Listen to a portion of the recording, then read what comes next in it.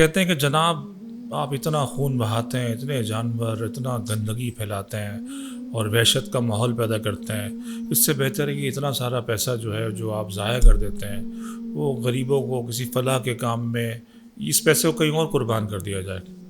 بنیادی طور پہ سمجھنے کی بات ہے کہ یہ پیسہ جاتا ہی غریبوں کے پاس ہے۔ اچھا، امیروں کی جیب سے پیسہ نکلتا ہے اور غریبوں کی جیب میں جاتا ہے۔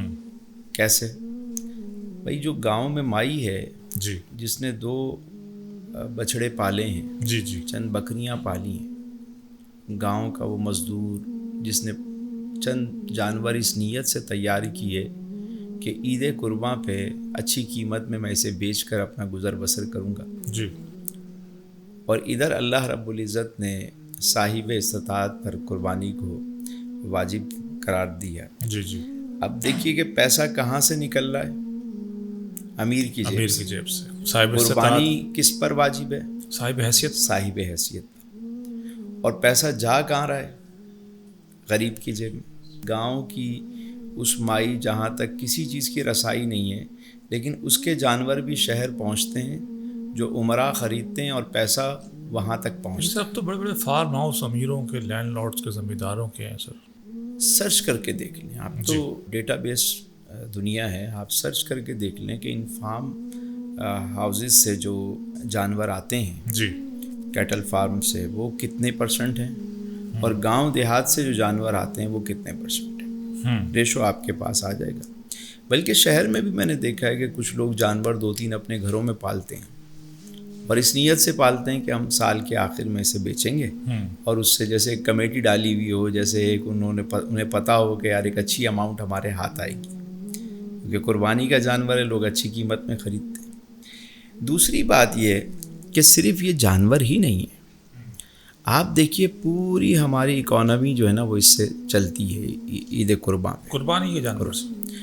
آپ دیکھیے کہ چارہ کہاں سے آتا ہے؟ دیہات سے آتا ہے۔ بکتا کہاں ہے؟ شہر میں۔ اور وہ چٹائیاں اور وہ تھیلے ہوتے ہیں جو جن میں گوشت دیا جاتا ہے، کھجور کے پتوں سے اسے بنا کر شہر میں، تو پیسہ کہاں جاتا ہے؟ گاؤں میں۔ اچھا، پھر وہ جو جانور کے پھول ہار پہنائے جاتے ہیں، اس کو گلے میں وہ گھنٹیاں، چیزیں، مالائیں، وہ جو لوگ ڈالتے ہیں شوق کے طور پہ بچے، تو وہ بھی گاؤں دیہات سے آتے ہیں، تو پیسہ وہیں پہنچتا ہے۔ ایسے ہی ہے، ایسے ہی۔ پھر آپ دیکھیے کہ جب جانور ذبح ہوتا ہے جی، تو جن کے ہاں ذبح ہوتا ہے وہ کتنا گوشت کھاتے ہیں، اور غربا کے ہاں کتنا تقسیم ہوتا ہے۔ مطلب میں نے نہیں دیکھا، ہمارے یہاں مطلب ماشاءاللہ قربانی ہوتی ہے، میں دیکھتا ہوں عید کے دن بچے ہمارے یہاں گوشت اتنا نہیں کھاتے، پسند نہیں کرتے، کیونکہ وہ جانور کئی دن اس سے محبت کرتے ہیں، اس سے انسیت ہوتی ہے، تو جب وہ اس کو کٹتا ہوا دیکھتے ہیں تو وہ ظاہر ہے کہ ایک ان سے نہیں کھایا جا رہا ہوتا۔ لیکن میں نے دیکھا کہ وہ سارا گوشت جو ان گھروں میں جہاں پورا سال اس طرح وافر مقدار میں وہ گوشت نہیں کھاتے، تو قربانی امیر کرتے ہیں اور گوشت جو ہے وہ غربا میں زیادہ جاتا ہے، اور وہ ماشاءاللہ پورا مہینہ جو ہے پیٹ بھر کے کھا رہے ہوتے ہیں۔ تو یہ غربا ہی کی مدد ہے۔ پھر آپ دیکھیے کہ اس سے کتنی انڈسٹری چلتی ہے۔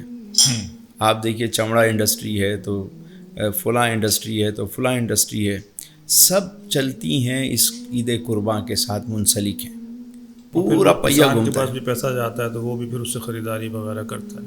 تو یہ تو خامخواہ ایک ایسی بات ہے کہ جو بے پر کی ہے کہ جی مطلب مدد کی جائے۔ حقیقت میں یہ مدد کا ایک طریقہ ہے۔ نہیں، وہ کہتے ہیں پیسے ان کو دیتے ہیں، آپ ڈائریکٹلی دیتے ہیں۔ مطلب آپ کیا لوگوں کو بھکاری بنانا چاہتے ہیں؟ کیا چاہتے ہیں؟ مطلب ایک بندہ کاروبار کر رہا ہے، اپنی زراعت کر رہا ہے، اپنے جانور پال رہا ہے، اور وہ بیچ کر اپنے پیسے کما رہا ہے، تجارت کر رہا ہے۔ آپ کو اتنا ہی شوق ہے مہنگے داموں جانور خرید لیں اس دیہاتی سے، پیسہ پہنچ جائے گا۔ مطلب جو وے بنا ہوا ہے اس کو چھوڑ کے آپ کہہ رہے ہیں ایسے ہی پیسے کیوں دیتے ہیں، کسی کو بھکاری بنائیں؟ وہ آپ سے بھیک مانگ رہا ہے، وہ تو تجارت کر رہا ہے، اپنا مال بیچ رہا ہے، عزت کے ساتھ روزی لے کے جا رہا ہے۔ مدد کرنے کا سب سے بہترین طریقہ تو یہ ہے۔